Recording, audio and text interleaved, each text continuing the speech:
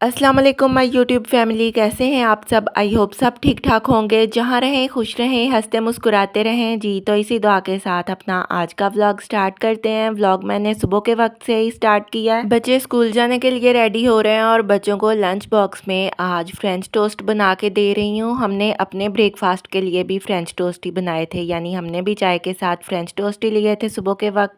अच्छा, कई दफ़ा ऐसा होता है कि बच्चों को लंच बॉक्स में बिल्कुल अगर सिंपल सी चीज़ भी दी जाए तो ये बहुत शौक़ से खाते हैं और स्कूल से लंच बॉक्स खाली वापस लेके आते हैं। लेकिन कई दफ़ा ऐसा भी होता है कि कई दफ़ा सुबह बच्चों का लंच बॉक्स अगर बहुत मेहनत से तैयार किया जाए, यानी अगर कोई ऐसी चीज़ बनाई जाए जिसे बनाने में ज़्यादा वक्त लगता है और फिर भी अगर बच्चे वो चीज़ ज़्यादा शौक़ से ना खाएं, आधी लंच बॉक्स में वैसे ही वापस ले आएँ, तो इस तरह अच्छा नहीं लगता और चीज़ भी ज़ाया ही जाती है या फिर मुझे खुद खानी पड़ती है। इसलिए अब मैं इनसे पूछ के ही लंच बॉक्स बना के देती हूँ। पहले मैं अपनी मर्ज़ी से कोई ना कोई चीज़ लंच बॉक्स में बना के दे देती थी, लेकिन अब इनसे पूछ लेती हूँ। जिस दिन इन्होंने फ्रेंच टोस्ट लेके जाने होते हैं वो बना देती हूँ, या पराठा और सैंडविच, जिस चीज़ का इन्हें दिल करता है वो चीज़ इन्हें बना के लंच बॉक्स में देती हूँ। इस तरह जब बच्चे अपनी मर्ज़ी की चीज़ लेके जाते हैं वो शौक़ से खा लेते हैं और लंच बॉक्स भी खाली घर आता है जी। तो बच्चों को स्कूल भेजने के बाद हमने भी ब्रेकफास्ट कर लिया था। ब्रेकफास्ट करने के बाद किचन का तमाम काम कंप्लीट किया, बर्तन वगैरह भी वॉश कर लिया। उसके बाद पूरे घर की क्लीनिंग शुरू कर दी थी। आज मैंने सहन भी वॉश किया है। हेल्पर काफ़ी दिनों से नहीं आ रही, क्लीनिंग वगैरह पूरे घर की भी मैं खुद ही करती हूँ, लेकिन कल से हेल्पर आना शुरू हो जाएगी। काफ़ी छुट्टियाँ की हैं उसने। हेल्पर आए या ना आए, घर तो हमारा अपना है, इसकी क्लीनिंग तो करनी ही पड़ती है। ऐसा नहीं होता कि अगर हेल्पर ना आए तो हम घर भी गंदा ही रखें, उसकी क्लीनिंग ही ना करें। अगर एक दिन भी क्लीनिंग घर की ना की हुई हो तो मुझे तो बहुत उलझन होने लग जाती है। जब तक पूरा घर साफ़ सुथरा ना हो कोई दूसरा काम करने को दिल ही नहीं करता। अगर मैं किचन का काम करना भी शुरू करती हूँ, पहले मैं पूरा किचन क्लीन करती हूँ। किचन का फर्श, काउंटर टॉप, अवन, स्टोव, बल्कि काउंटर टॉप्स पे जितनी भी चीज़ें होती हैं सब चीज़ें मैं सुबह के वक्त क्लीन करती हूँ और फिर ही मैं काम करना शुरू करती हूँ। किचन की क्लीनिंग एक दफ़ा सुबह के वक्त होती है और एक दफ़ा रात के वक्त होती है। जब किचन का सारा काम कंप्लीट हो जाता है, रात के वक्त भी मैं पूरा किचन क्लीन करके, किचन का फर्श वॉश करके, वाइपर लगा के फिर ही सोती हूँ। इस तरह जब हम सुबह के वक्त किचन में उठ के आते हैं तो किचन सारा नीट एंड क्लीन होता है। लेकिन सुबह के वक्त भी काम शुरू करने से पहले मैं एक दफ़ा काउंटर टॉप और स्टोव वगैरह गीले कपड़े से, किसी क्लॉथ वगैरह से साफ़ कर लेती हूँ, क्योंकि हमें नहीं पता होता, रात के वक्त हम देखते नहीं हैं किचन में कि कोई कीड़ा या कोई भी कॉकरोच वगैरह चूल्हे पे या काउंटर टॉप्स वगैरह पे चला हो। वहाँ पे ही हमने बर्तन रखने होते हैं। रात के वक्त तो हम पूरा किचन क्लीन करते ही हैं, लेकिन सुबह के वक्त भी काम शुरू करने से पहले काउंटर टॉप और स्टोव वगैरह किचन टॉवल या किसी क्लॉथ के साथ साफ़ कर लेना चाहिए। अच्छा, मेरे किचन में कॉकरोच वगैरह बिल्कुल नहीं होते। मेरा ख़्याल है कि अगर हम रात को धोने वाले बर्तन छोड़ते हैं या काउंटर टॉप, स्टोव वगैरह अच्छी तरह साफ़ नहीं करते, फिर ही कॉकरोच वगैरह आते हैं। लेकिन मेरे किचन में कोई एक कॉकरोच भी नहीं होता। रात के वक्त मैंने लहसुन छील के रखा था और अदरक छील के भी उसे कट करके इस तरह छोटे छोटे पीस उसके बना के रखे हुए हैं। अब लहसुन और अदरक का पेस्ट बना लूँगी।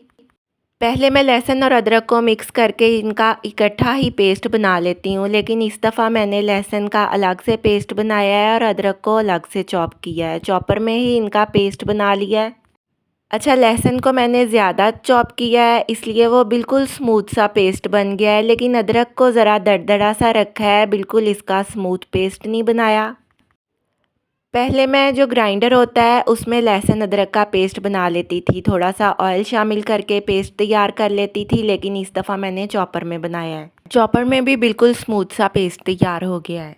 अच्छा, चॉपर में जब हम लहसुन या अदरक का पेस्ट वगैरह बनाते हैं तो हमें इसमें कोई पानी या ऑयल वगैरह शामिल करने की ज़रूरत नहीं पड़ती, लेकिन जब हम ग्राइंडर में पेस्ट तैयार करते हैं तो फिर उसमें ऑयल या पानी वगैरह शामिल किया जाता है। अगर आप ऑयल ऐड करके लहसुन अदरक का पेस्ट ग्राइंडर में बनाते हैं तो फिर हम उसे लंबे अरसे तक स्टोर कर सकते हैं, लेकिन अगर हम पानी शामिल करके ग्राइंडर में पेस्ट तैयार करते हैं तो फिर उसे हम लंबे अरसे तक स्टोर नहीं कर सकते।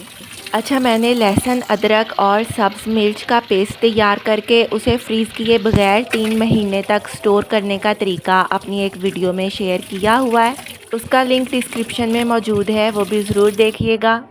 जी, तो मैंने बताया कि ब्रेकफ़ास्ट का काम ख़त्म करने के बाद, किचन का तमाम काम कंप्लीट करने के बाद मैंने पूरे घर की क्लीनिंग कर ली थी। क्लीनिंग करने के बाद मैंने फिर से किचन में आके लहसुन अदरक का पेस्ट तैयार किया। और ये आलू मंगवाए हैं, आलूओं पे बहुत ज़्यादा डस्ट वगैरह होती है, सारे आलू ही वॉश करके रख लिए हैं और कुछ आलू जो हैं उन्हें छील के कट करके मैंने फ्राइज़ बना लिए थे। जब मुझे पता होता है कि लंच तैयार होने में कुछ वक्त लग जाएगा या मैं बाकी काम कर रही होती हूँ, तो इस तरह फ्राइज़ या कोई ऐसे स्नैक्स वगैरह बना के मैं रख देती हूँ, ताकि जब भी जिसको भूख लगे कुछ ना कुछ खाने के लिए मौजूद हो। फ्राइज़ बनाने की मैंने कंप्लीट वीडियो नहीं बनाई। उसके बाद मैंने पोना वॉश कर लिया था, जिस पोने में पराठे वगैरह रखते हैं, उसे मैं गर्म पानी में सरफ़ मिक्स करके थोड़ी देर के लिए डिप कर देती हूँ। इस तरह चिकनाई आसानी से उतर जाती है। जी, आज तो पुलाव बनना है, चिकन पुलाव कह लें या बिरयानी कह लें, कुछ भी आप कह सकते हैं। ज़रा डिफरेंट तरीके से ही मैंने बनाया है। पुलाव और बिरयानी दोनों का टेस्ट आता है उसमें। लेकिन इधर आटा भी गूँध के रख लिया है, क्योंकि चावल जब बने हुए हों तो वो दिन में एक वक्त ही खाए जाते हैं, लंच वगैरह में ही खाए जाते हैं। फिर दूसरे टाइम पे यानी रात के वक्त चावल खाने को कम ही दिल करता है। फिर जिसने चपाती खानी होती है, मैं चपाती बना देती हूँ, इसलिए आटा मैं पहले से ही गूँध के फ्रिज में रख लेती हूँ। जी, तो इधर चावल बनाने शुरू कर दिए हैं। चिकन की यखनी तैयार होने के लिए मैंने रख दी है सिंपल तरीके से, जैसे मैं चिकन की यखनी बनाती हूँ। चिकन में लहसुन, अदरक और प्याज वगैरह शामिल किया है। कुछ साबुत मसाले और नमक ऐड करके, पानी शामिल करके चिकन की यखनी तैयार कर ली है और इधर मैं प्याज ब्राउन कर लूँगी। यखनी पुलाव या बिरयानी वगैरह की कंप्लीट रेसिपीज़ मैं पहले शेयर कर चुकी हूँ, उनका लिंक भी डिस्क्रिप्शन में मौजूद है। आज जो मैंने पुलाव बनाया है, यखनी पुलाव बनाया है, ये मैंने डिफरेंट तरीके से बनाया है। इसमें बिरयानी का टेस्ट भी आएगा और यखनी पुलाव का टेस्ट भी आएगा, लेकिन बहुत ही मज़े का बना था। इधर गैस बंद हो चुकी थी, इसलिए पुलाव मैं सिलेंडर वाले चूल्हे पे बना रही हूँ। अच्छा, इस चूल्हे पे भी मैं काम कर लेती हूँ और कुकिंग रेंज पे भी इस चूल्हे को मैं गैस का पाइप भी लगा देती हूँ और जब गैस बंद होती है तो सिलेंडर वाला भी लगा लेती हूँ। लेकिन मेरी कोशिश होती है कि गैस आते ही मैं कुकिंग का काम कंप्लीट कर लूँ। गैस बंद होने पे जब सिलेंडर वाला चूल्हा इस्तेमाल करती हूँ तो इस पे बर्तन बहुत ज़्यादा काले हो जाते हैं और धोने में बहुत मुश्किल होती है। लेकिन कभी ऐसा होता है कि घर के दूसरे काम भी हम साथ कर रहे होते हैं, जैसे कपड़े वॉश करने या घर की क्लीनिंग वगैरह करनी, तो फिर लंच बनाने में ज़रा लेट हो जाता है और आधी कुकिंग की होती है हमने, आधी चीज़ पकी होती है और गैस बंद हो जाती है। फिर बाकी काम हमें सिलेंडर वाले चूल्हे पे ही करना पड़ता है। जी, इधर सिंपल तरीके से, जिस तरह मैं पहले भी काफ़ी दफ़ा यखनी पुलाव की रेसिपी शेयर कर चुकी हूँ, वैसे ही मैंने पुलाव बनाया है। तमाम चीज़ों की कंप्लीट मेजरमेंट वगैरह मैंने शेयर नहीं की, वो मैं पहले भी अपनी काफ़ी सारी वीडियोस में शेयर कर चुकी हूँ, उनका लिंक डिस्क्रिप्शन में मौजूद है। यखनी को हमने छान के इसमें ऐड किया है और जो लहसुन, अदरक, प्याज और साबुत मसाले वगैरह यखनी में मौजूद थे, उन्हें हम डिस्कार्ड कर देंगे क्योंकि इनका असर यखनी में निकल चुका है। जी, तो अब हमारा ये जो पुलाव है, इसमें बिरयानी का टेस्ट इस तरह आएगा कि हम इसको दम जो है वो बिरयानी वाले तरीके से देंगे। इधर टमाटर और लेमन्स को इस तरह कट कर लिया है और इनके स्लाइस हम चावलों पे लगा देंगे। चावलों का जो पानी है, यानी जो हमने इनमें यखनी ऐड की थी, वो खुश्क हो चुकी है और बस हल्की नमी सी इनमें रह गई है और अब हम इन्हें दम पर रखेंगे। जी, ये हैं पुदीने की फ़्रेश पत्तियाँ, क्योंकि पुदीने की फ़्रेश पत्तियों से ही इनमें बिरयानी वाला टेस्ट आएगा जो बहुत अच्छा लगता है। डंडियाँ अलग कर दी थी, सिर्फ पत्तियाँ ही इसमें ऐड की हैं और थोड़ा सा बिरयानी मसाला स्प्रिंकल कर दिया है। अगर बिरयानी मसाला मौजूद नहीं है तो आप चाट मसाला या सिंपल जो मिक्स गरम मसाला पाउडर होता है वो भी इस पे स्प्रिंकल कर सकते हैं। जी, तो ये ऑरेंज फूड कलर मैंने थोड़े से पानी में मिक्स करके रखा हुआ था। तकरीबन 1/3 टीस्पून जो है, 2 चुटकी के करीब ऑरेंज फूड कलर था और 1 टीस्पून पानी में इसे मिक्स करके इस पे ऐड कर दिया है और थोड़ा सा ग्रीन कलर भी इस पे शामिल कर दिया है। ग्रीन कलर जो है मैंने ऐसे ही थोड़ा थोड़ा स्प्रिंकल कर दिया है। अभी दम पर भी नहीं रखा, लेकिन इतनी अच्छी खुशबू आ रही है। अच्छा, यखनी पुलाव तो वैसे भी हमारे घर में सबको बहुत पसंद है। मैं जब भी पुलाव बनाती हूँ, चाहे बीफ पुलाव हो, मटन या चिकन पुलाव हो, हमारे घर में ज़्यादातर यखनी पुलाव ही बनाया जाता है। इधर ढक्कन पे पोना लपेट के वज़न रख दिया था, फ्लेम दम वाला कर दिया था, यानी बिल्कुल लो फ्लेम कर दिया था और 30 मिनट के लिए इन्हें दम पर रखा था। 30 मिनट हो चुके हैं, दम उठा लिया है। माशाल्लाह इतनी अच्छी खुशबू आ रही है। बच्चे बाहर से आए थे, मेरी बेटी कुरान पाक पढ़ के आई थी और आके कह रही थी, मामा पुलाव की खुशबू बाहर गली तक आ रही है। वैसे भी पुलाव और बिरयानी बच्चे काफ़ी शौक से खाते हैं। बच्चों को होता है कि ऐसी कोई ना कोई चीज़ हर रोज़ ही बनी हुई हो। लेकिन ज़्यादातर हमारे घर में चपाती ही बनती है। चावल हफ्ते में 1 दफ़ा बनते हैं या ज़्यादा से ज़्यादा 2 दफ़ा बन जाते हैं। बाकी जो हर रोज़ मैं चावल बनाने की वीडियोस वगैरह शेयर करती हूँ, वो मैं अपने फूड पैंडा रेस्टोरेंट के लिए बनाती हूँ, क्योंकि वो तो बनाने ही होते हैं, लेकिन घर के लिए फिर कोई ना कोई चीज़ अलग से बनती है। आज ये जो पुलाव बनाया है, ये मैंने घर के लिए ही बनाया है, ये मैंने सेल वगैरह करने के लिए नहीं बनाया।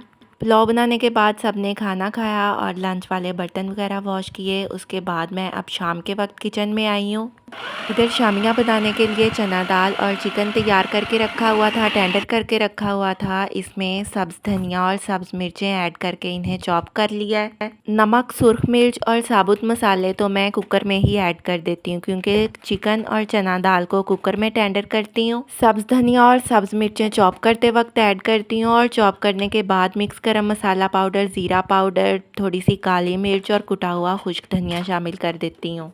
मैं इस बैटर में 1 या 2 एग भी शामिल करती हूँ। अगर ज़्यादा बैटर है तो फिर 2 एग भी ऐड कर देती हूँ, क्योंकि इससे शामियों की बाइंडिंग बहुत अच्छी हो जाती है और फ्राई करने के दौरान वो टूटती नहीं है।